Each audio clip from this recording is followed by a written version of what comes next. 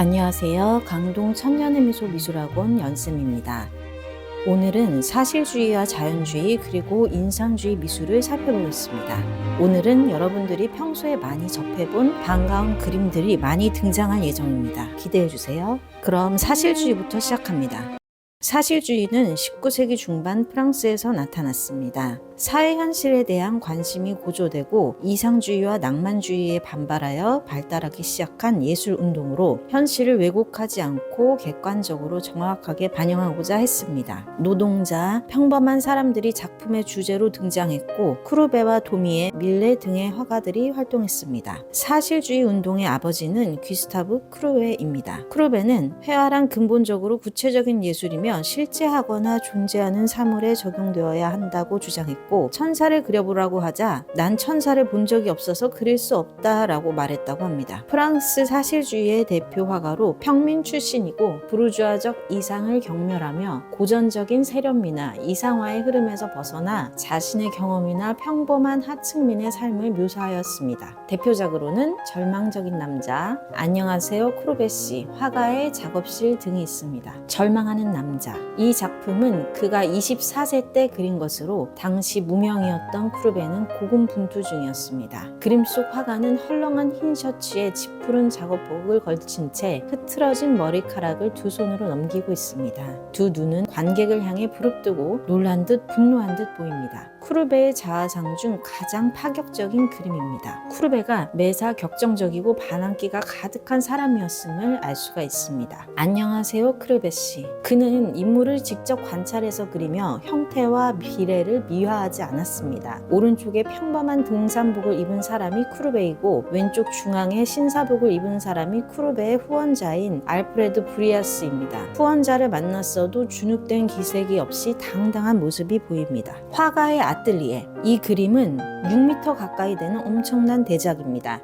이 작품에서 등장하는 모든 인물이나 동물들은 그의 작품에서 표현되었던 인물들의 우화적 표현이라고 합니다. 그림 중앙에는 화가, 즉 크루베가 그림을 그리고 있고 나신의 모델은 영감을, 그리고 모델을 바라보는 아이는 순수를 뜻한다고 합니다.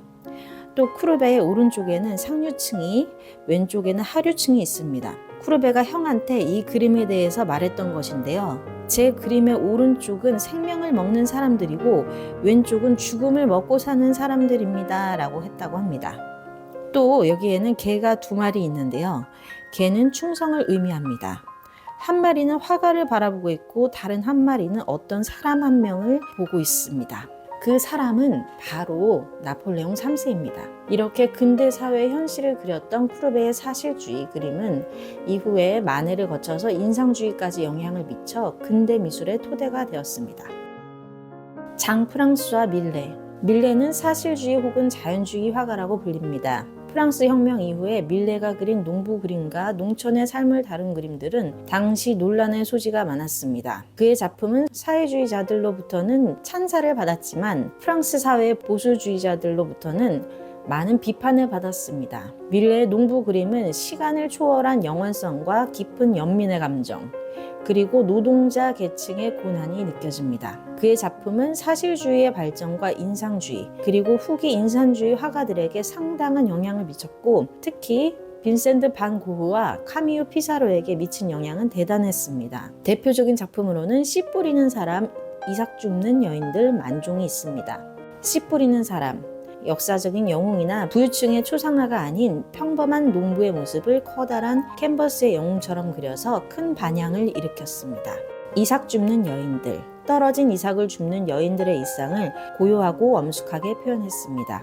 만종, 밀레의 대표작 중 하나인 만종은 황혼역의 한 남자와 여자가 삼종 기도를 올리는 장면을 그린 그림입니다. 이들은 감자를 캐고 있었고 주변에는 갈퀴와 바구니, 자루, 손수레와 같은 농기구가 보입니다. 도미에는 프랑스의 사실주의 화가입니다. 석판화를 배우고 1818년 이후 사회풍자의 판화에 예리함을 보였습니다. 1832년 가르강 튀아라는 풍자 만화에 의해서 루이 필립의 미움을 받아 6개월간 투옥되었습니다. 그는 도시 하층 서민의 고뇌를 전형적으로 표현했습니다. 가르강 튀아 판화, 도미에를 유명하게 만든 초기 정치 풍자화의 대표작입니다. 라블레가 쓴 16세기의 소설 주인공인 거인왕 가르강튀아로 묘사된 루이 필리프.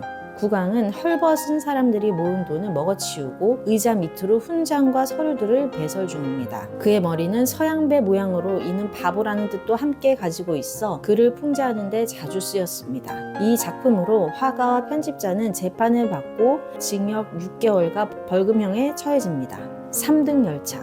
프랑스 사실주의 화가 오노레 도미에의 대표작으로 사회에서 소외된 빈민들의 어두운 일상을 3등 열차 안의 고단한 풍경을 통해서 보여주고 있습니다. 가난한 서민들을 사실적으로 묘사하여 어린아이 할머니까지도 고된 노동으로 내몰린 서민들의 애환을 그리고 있습니다. 도미에는 대중보다 화가들이 더 좋아한 화가들의 화가입니다. 반 고흐, 피카소, 클레, 에밀 롤데 등의 후배들 뿐만 아니라 코로, 들라크루아와 같은 선배 화가들도 그의 작품을 좋아하고 연구하여서 그들의 작품 제작에 참고했다고 합니다. 자연주의. 자연주의는 자연 대상을 있는 그대로 묘사하는 데 중점을 둔 예술 사조입니다. 자연을 예술의 스승이자 그 원천으로 보는 것입니다. 영국의 자연주의와 프랑스의 자연주의로 나뉩니다. 영국의 자연주의는 자연의 아름다움과 풍경을 주로 다루며 터너와 컨스터블이 대표적입니다. 프랑스의 자연주의는 바르비종 화파라고 하는데 목가적인 전원 풍경을 많이 그렸습니다. 컨스터블의 건초수레.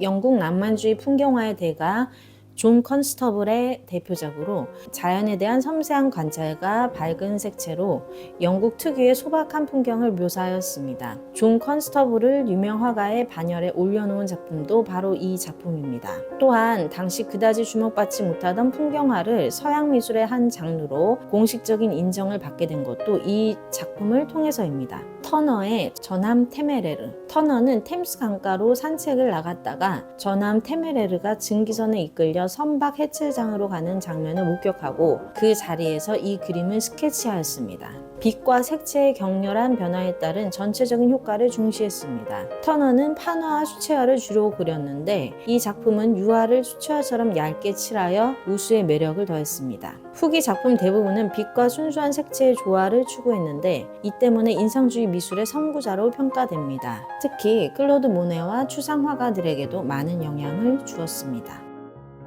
인상주의. 인상주의는 19세기 후반에서 20세기 초 프랑스를 중심으로 일어난 근대 예술운동의 하나입니다. 발생 배경은 사진기의 발명입니다. 사진기의 발명은 미술사에 있어서 충격적인 사건으로 많은 미술가들에게 큰 충격을 주었습니다. 외부 세계를 충실히 재현하는 방식보다는 표현에 있어서 좀 더 자유로워질 수 있었고 초상화 대신 사진이 대체되어 다른 주제를 찾을 수 있었습니다. 인상주의의 특징은 물체의 고유색을 부정하고 태양 광선에 의해서 시시각각 변화하는 순간적인 색채를 포착해서 표현하였습니다. 그리고 야외 거리 및 카페 풍경, 인물들을 주로 그렸습니다.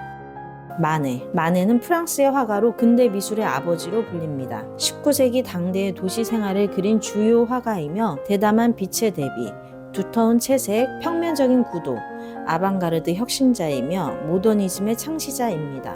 풀바디의 점심 식사. 풀바디의 점심 식사는 처음으로 물의를 일으킨 그림이었습니다. 대부분의 비평가들은 마네가 재능 있는 화가라는 것을 인정하면서도 이 주제에는 당혹감을 감출 수 없었습니다. 이 그림은 도덕성의 문제를 불러일으켰습니다. 퇴폐적이고 음란하다는 이유로 비난을 받았으나 당시 인상주의 첫 실험작으로 평가됩니다. 마네는 작품을 통해 전통적인 누드의 아름다움과 당시 도시인의 생활 모습을 표현하려 하였습니다. 마네는 작품 구성에 있어서의 관습과 원근법의 법칙을 조롱하고 있는 것 같습니다.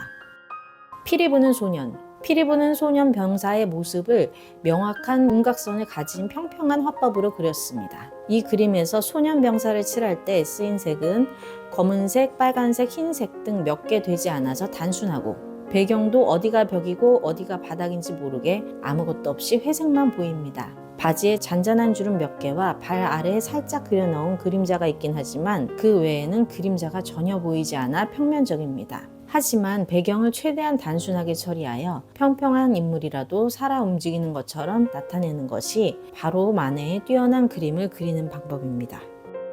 모네. 프랑스의 인상파 화가. 인상파 양식의 창시자 중 한 사람으로 야외 광선 묘사에 주력했고 대상의 형태보다 빛의 변화를 포착하여 동일한 사물이 빛에 따라 어떻게 달라지는지를 탐색했습니다. 그의 작품 인상해돋이에서 인상주의라는 말이 생겨났습니다. 빛은 곧 색채라는 인상주의 원칙을 끝까지 고수했으며 연작을 통해 동일한 사물이 빛에 따라 어떻게 변하는지 탐색했습니다. 말년의 수련 연작은 자연에 대한 우주적인 시선을 보여준 위대한 걸작으로 평가받고 있습니다.